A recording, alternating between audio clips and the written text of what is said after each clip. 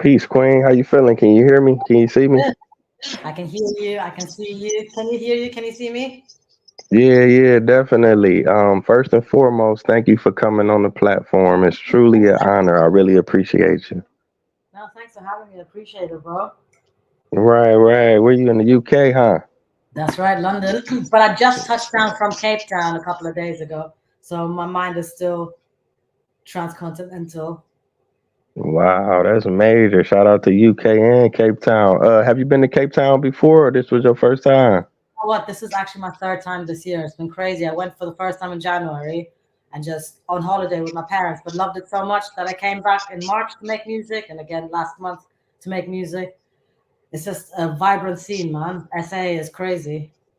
Yeah, yeah, definitely. They got some hard hitting music down there. Now I can ask you, what was your experience like down there? The artists are crazy. It's just so like you just dig into it's just look, I'm all about culture. Do you know what I mean? And there's so much culture there. So like being you learn so much about a person's culture through making music with them. Yes, indeed. Yes, indeed. Mm. Um, Now let me see. For the viewers who may not recognize you, let them know who you are and definitely where you from. All right, what's up, everyone? My name is Hannah V. I'm a producer, I'm a songwriter, and I'm a pianist. I live in London, but I was born and raised in Germany. I'm South Indian. I'm from all over, but I live in London. That's where I'm at the moment. Wow, that's major. That's major. Now, how has all of that influenced you musically? You said South Indian, Germany, London. You know what? I think it's just made me really perceptive to respecting where people come from and trying to pull that out of them. You get me? Because it's like, for me, home has always been a strange concept because growing up as an Indian in Germany and, so for me, home is always the people, right? And you take home with you, right? For me, like being South Indian is really important. So I take my culture with me everywhere I go, be it through, my eyeliner, my jewelry, my food. So it's like things like that don't really, it doesn't seem like it has anything to do with music, but it does because it's identity. You get me? And Yeah. that's what I try and bring out of my artists. Like, who are you? And let's dig deep into that. Yeah, yeah, that make for better music, definitely. I I think can so. ask you, yeah, Mhm. for sure. Now, when did you actually begin making music? You know what? I was really fortunate that I started piano lessons when I was young. I was supported by my family, by my church, by my school. It was quite obvious to people that I took a natural inclination to music, and so I had the full support system around me. So for me, especially playing the piano, is like it's like breathing. It's just I've done it for so long that it's not something I think about anymore. And I was privileged to go to a school that had an amazing music program. So the music teachers kind of supported me, encouraged me, put me in bands, put me in orchestras. I did jazz camps out in the States when I was a teenager. So really and truly, I had a very classic musical upbringing where you're discovered quite young and then you just get the support system around you. You don't realize that as a kid, right? You take it for granted. But now as a grown up, I think, wow, man, I was blessed to have so much support around me. Yeah, that's definitely major. Like you say, the school, the church, because a lot of people, they might love music, but they may not necessarily have that around them. So Of that's definitely inspiring. Um, Now let me see. You mentioned going to the States. You went to a jazz camp or something. You talk about that a little bit. How was that experience? That was incredible. So in Germany, in Berlin, where I lived, I went to an American school there. So my music teacher was this incredible person called Dr. Hinton. Shout out Eric for life. He went to Northwestern University, and Northwestern did like jazz camps for young people. So I went there when I was 16 for a summer. I went there when I was 17. So imagine as a young musician flying out to the States and being immersed in music with fellow young people that are into it for 3 weeks, for 5 weeks. It was incredible. And then going to Chicago, like, trying to sneak into the jazz clubs, not getting in, all of that, like But it was just an incredible experience, and it just like strengthened my desire to want to do music for real, for real, for real, for real. You know. Wow, that's amazing. I can imagine. Yeah. I can ask you this: who were your influences? Growing up, because you obviously, you had a lot of cultural influences. But were there any like artists or people in your family or in your community that influenced you musically? I mean, 100% for me. Again, it's like I'm such a geek. Even as a kid, I was a geek. So like, whilst people were listening to, I don't know, Tupac, I was listening to Miles Davis. So even though I love Pac, obviously, but I think once I discovered jazz, that was it for me. So I was just like on this one track mind of listening to Miles and Coltrane and Herbie and all the jazzes. But I've always loved singers. And I think that's why I do what I do now as well as a producer. I've always like connected with the voice. I think that's like such a powerful medium, always having played with singers. So I was always also into like, your classic soul singers, Aretha, Donny, Stevie, Marvin, that's like, and artists like that combined like the musicality I dig from jazz, like they're incredible musicians, with the soul and the power and the message, you know? Wow, you named some giants, Yeah, man. yeah, yeah. That's Listen, what's up. I could go on all day naming these giants. Yeah, yeah. But that's good, man. Jazz, I feel like a lot of people they missing out, especially here in the States, is like the younger generation, they not even tapped in. They don't know understand what they missing. Yeah, yeah, for real. But I think we've got artists like Hendrik and stuff like that that have so many jazz influence and have jazz musicians on their records, jazz influence beats and stuff like that. So even if you're not realizing you're getting educated, you are getting educated. You get me? Yeah, definitely, definitely. So I can ask you this as a musician, do you have a favorite, I guess, aspect of music? What do you like the most? Writing or producing or playing the keys or? For me, the most special part about what I do is like creating from scratch, like going into a room with nothing, meeting someone for the first time, right? That's how the sessions work. You meet the artist for the first time in the studio, chopping it up with them for half an hour, whatever, and then starting to make music. And then 4 hours later, you have a song. For me, that's still magic. It's insane to me that that's my job. Like you literally go in with a blank canvas, and it's my job to bring something out, to have something tangible by the end of the session.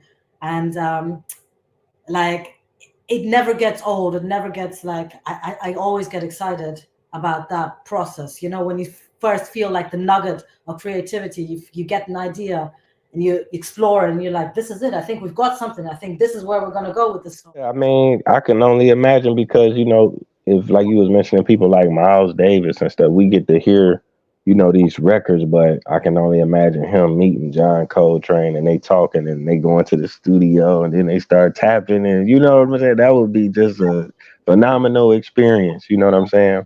Mhm.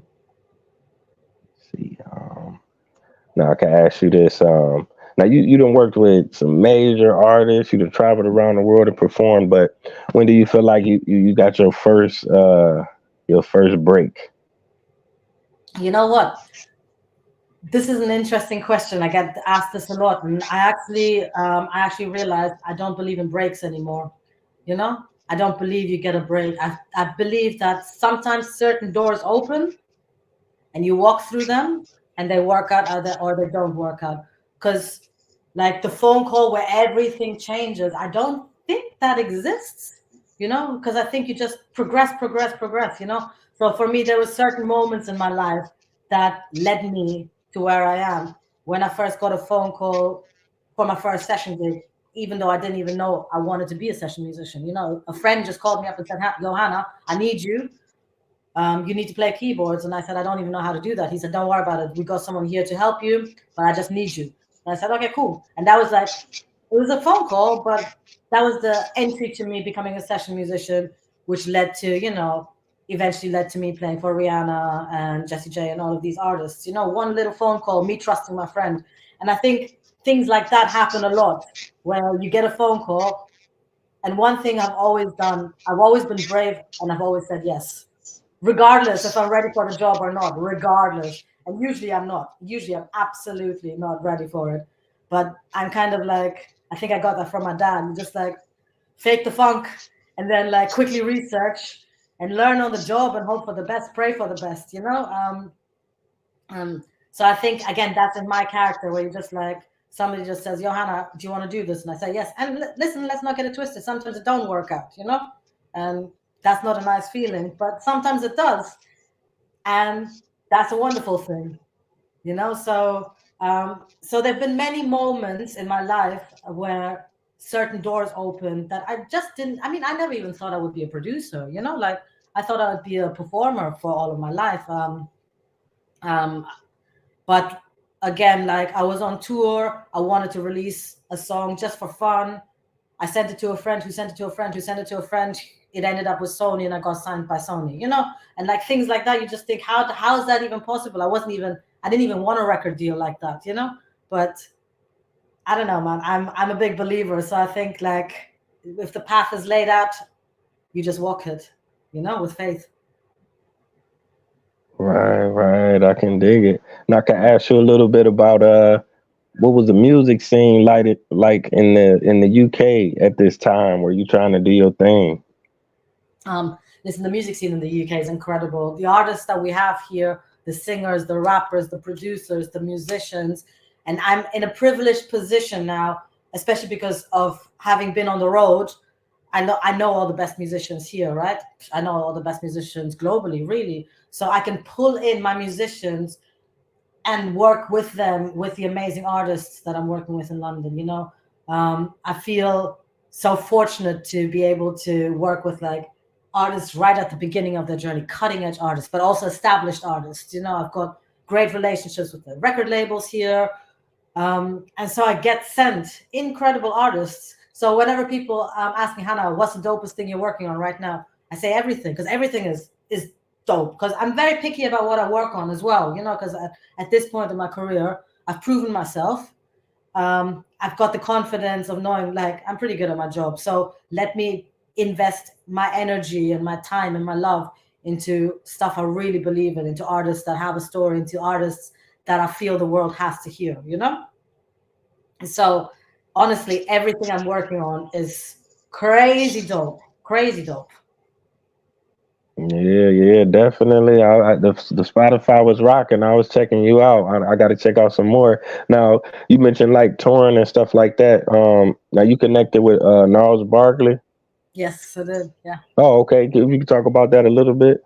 Oh man, I mean, it was incredible working with CeeLo and Dangerous. It's just it was one of my first big gigs, you know, and I was so nervous, but they made me feel so welcome. And, you know, we did a couple of TV shows, a couple of shows, and even to this day, when I see them, it's all love, you know. Um, and again, that feeling of being on stage with someone you've listened to all of your life, you know what I mean? For me, that still blows my mind. It's CeeLo, you know. And so to then just be like him just rapping in front of me, singing in front of me, while, you know, just like kicking it. For me, my mind, to this day, my mind gets blown by experiences like that. We're just like, I used to listen to you. I listened to you as a kid, you know? And now you're just sitting there and we're kicking it and we're shooting the breeze and like chopping it up. It's crazy to me, you know? Yeah, that's major. Big shout out to CeeLo for sure. Mm. Um, now you also you toured with Rihanna. Was that 2010?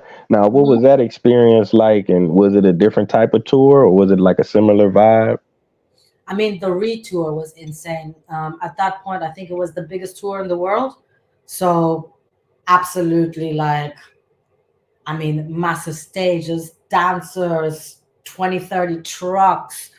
We were traveling as a mini city from place to place, you know, pyro, lifts. Eminem was a special guest in Staples Center. The experiences that I had was really like I can't even put into words. And for me, the most important thing is like I don't really care. I come from a jazz background, right? So I don't really care about the big stages, as amazing as it is.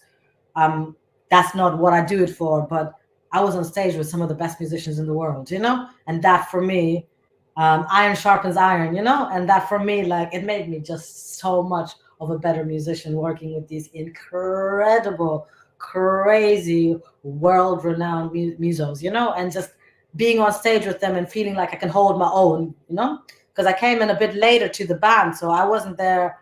I came in late, so I was just like, when I first joined, I was kind of thinking, what am I even doing here? Like some random Indian chick from Germany, from London, like on the biggest gig in the world. Like, how did this even happen? And it took me a while to settle into it and feel confident and feel like I deserve to be there, But everybody was so amazing and, respectful of my craft and my musicality, that it was like by far one of the best experiences of my life. Of course, imagine playing those songs with that type of band all over the world. Insane. Yeah, definitely. I mean, like you say, you working with some of the best musicians on earth. You know what I'm saying? These are some people's favorite musicians. That's phenomenal. Now I can ask you, did you have a favorite place that you performed in? Staples Center was really special for me because I've got family in Orange County. So all my family came over. My grandma came over wearing a bright orange sari, which is like our Indian, traditional wear. And Eminem was our special guest as well, So you've got like these two kind of different worlds. You've got my whole family, had about 20, 30 people there. My cousins, my aunts, my uncles. And also I'm on stage with Eminem and Rihanna. Like, how crazy is this? So. But then after the show, I go chill with my family, and my grandma was just, asking me like, "Are you tired? You were jumping around a lot on stage. I hope you're eating healthy." Like typical grandma stuff, right? Like, does not care about does not care about Reem. Just wants to make sure that I've eaten that day. Stuff like that is special to me when my worlds meet. Because I always try and stay grounded, and I know that everything I've been given, it's a blessing, and so to share it with my family is a beautiful thing for me. Wow, that's amazing. I mean, that got to be the best part, though. I mean, to be able to rock the stage all around the world and then bring it back to being able to perform for your family and kick it and absolutely, and bring my family. Like I flew my sister in, having my family backstage, giving them the experience that for me at this point is quite normal, but being able to invite people into my world and being like, because you know how it is, man. I'm not doing it for me. I'm doing it for all of us, right? So I need to share it and have to share it. That's important to me.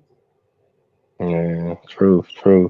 Now let me see. You got a lot of accolades. You got some plaques. You got some nominations. I was checking out the Spotify. You got a lot of credits. Working with different artists. If I can ask you about that, how did you connect with Jay Cooper? So me and JP Cooper, how do we connect? Initially, we connected before he was JP Cooper and I was Hannah V. Right at the beginning of kind of both of our writing careers. So JP had been an artist, doing his thing up and down the country for ages. I just quit being a session musician and just started my production journey. And that's when we met. In fact, JP's first ever writing session with other people was with me, And so we go way back. So we started working together. We realized that we love the same music. We come from the same musical background. We love soul. We love, we love songs with meaning. And so we just started working together. Fast forward, JP gets signed. JP's star rises, and I'm one of his main producers. So, excuse me. To this day, I think I've produced like over 30 records for him. But at this point, it's like it's family. It's not even, you know what I mean? It's not even a thing anymore. It's like he trusts me implicitly, and with that trust, I will make the best music I possibly can for him. I've got the best team. Our team, like our team of musicians, of choirs, of arrangers, of horn players is incredible, of mixers, of mastering engineers. Everything is incredible. And at this point, it's like a slick, well-oiled machine, When me and JP do stuff together, it's going to be a banger, no doubt. Yeah, that's dope. When you have chemistry with somebody on any level in any type of art form, that's real cool. But I think it's the chemistry away from music, I know his family, he knows my family, we kick it with friends. It's not it's not even about that no more, you know. And that's when the real special sauce is created, you know. Indeed, indeed. I can ask you about you worked on the Stand for Myself project. Yes, I did. Yeah. Yeah, yeah. If you could just talk about that a little bit. So Yola, incredible singer, lives in Nashville. She's actually from the UK as well. So Yola and I were on tour together with a dance band called Bugs in the Attic years and years and years ago. So me and her have had a close friendship. Anyways, when you travel with someone, when you sleep on a tour bus together, you're just tight, you know, like you wake up together, you go on stage together, you go back to bed together, like you're just family, you know. And so we'd always been tight. So it was incredible for me seeing her star rise, her go to Nashville, her do her own music, her starting to get all these Grammy nominations. She came back to the UK just for a holiday. She said, Hannah, let me come studio and kick it. We hit the studio. We caught up. We looked at old band videos of us. We wrote a song. I didn't really think a lot about it because for me it was more of a catch up, you know. And then like 3-4 months later, Yola called me up and she said, "Listen, Hannah, that song that we started is actually going on my album. It's actually going to be the title track of the album." And then that album ended up getting Grammy nominated as well, you know. And for me, the beauty of it is like that's my home girl, you know. I didn't even realize we weren't even thinking about it like let's go and write a song or anything like that. We were just hanging, and out of that came like my first Grammy nomination, you know. Um, and that's what makes it even more special to me because I called her up and said, "Yo, you don't even understand what this means to me." And she said, you don't even have to say none of that because it's not about that." And I know what she means because we're just homies that are making music together. But it's a wonderful thing that an accolade that big happened with one of my close friends. Wow, that's what's up. Yeah, I'm in Nashville. That's where I'm at now. I'm in Tennessee. Big shout out to y'all. Let me see. I can ask you now. Now, getting nominated for a Grammy, like, is that even a big thing outside of the U.S.? You know, what was that experience like? How did you really, really feel? That certificate is center stage in my studio. Trust me, man. I got a real nice frame for it. Yeah, it means a lot. It means a lot to me, you know, for sure, for sure. And I think, I mean, the Grammys is just one of those things worldwide. You recognize it, you know, and even though I don't really care too much about like, you know, I don't have the plaques and the certificate there to show off. It's just more to show people we can do it. It doesn't matter where you're from, we can do it. You know? Yeah, yeah, no doubt. Let me see. We almost winding down. I can ask you maybe about one more artist. How did you connect with Jesse J? If you could speak on that a little bit. Oh man, my time with Jesse was amazing. So I was Jesse's keyboard player and pianist for 3 years. Um, the way it works in the session world is really and truly like your musical directors put together the bands. You know, I just come off the road with Ree and my homeboy Kojo Samuels, like one of the biggest musical directors in Europe. He just called me up and he said, "Listen, I want you to play for this girl, Jessie. She's incredible. Her voice is crazy. I think you'll really enjoy it." And this was right before Jessie had her first hit, you know? Um, and so, you know, kind of joined the band and was blown away by her talent, by her chops, her passion, her stage presence, everything. And the Jessie J gig was really special for me because it was the first time that I worked with an artist before they had their first number one. And then I was with her all the way until like her sold out arena tours, until, you know, I saw her become a global superstar. I was part of that journey. And that for me was really special. Like the first tour we did was like a club tour, you know, and my last tour I did with her was a sold out arena tour, you know. So to watch, and we became really close as well. We're still good friends. So to see someone, to meet someone at the kind of right before they're about to blow, become their friend, and then watch them rise and watch the world see what I knew already. You know, it's incredible. Yeah, definitely. Wow. Yeah, I definitely appreciate you sharing that. It's been a very inspiring interview. I'm sure the viewers is gonna check out some of your tunes. If I could ask you, are you working on any projects right now, or do you got anything that might be coming out soon? Listen, I'm always working on projects, but right now, I dropped my first South African track. Last week, a track called Unituela featuring Flash Kunkani. I've got a lot more music from South Africa coming out. I've got a big project coming out soon with an incredible Tunisian artist called Amal Mathlouthi. Listen, just follow me because there's a lot of amazing music dropping in the next couple of months for sure. I can dig it. I can dig it. So if the viewers, they want to keep up with what you're doing, they want to check out, some of the projects you already worked on. What's the best way for them to do that? You got a website, social media, Spotify, Apple. Just find me on Instagram, Hannah V Official. That's the best place. Okay, okay, cool. Thank you so much for coming on the platform. It's definitely been an honor. I appreciate all of your contributions, everything that you're doing, and I definitely look forward to, the work that you're gonna be releasing, especially in South Africa. I lived down there for a year, so I really, really love South Africa.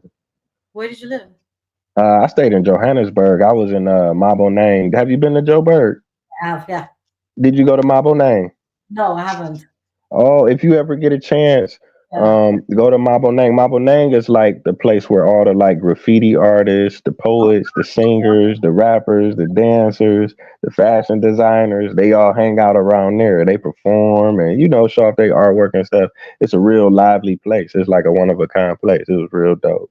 for sure. I'll check it out when I'm there next. Yeah. Okay. Okay. I want to thank the viewers for tuning in. It's been another phenomenal episode of Taye Speaks. So until next time, family. Peace. Thanks. Thanks for having me. Thank you, Queen.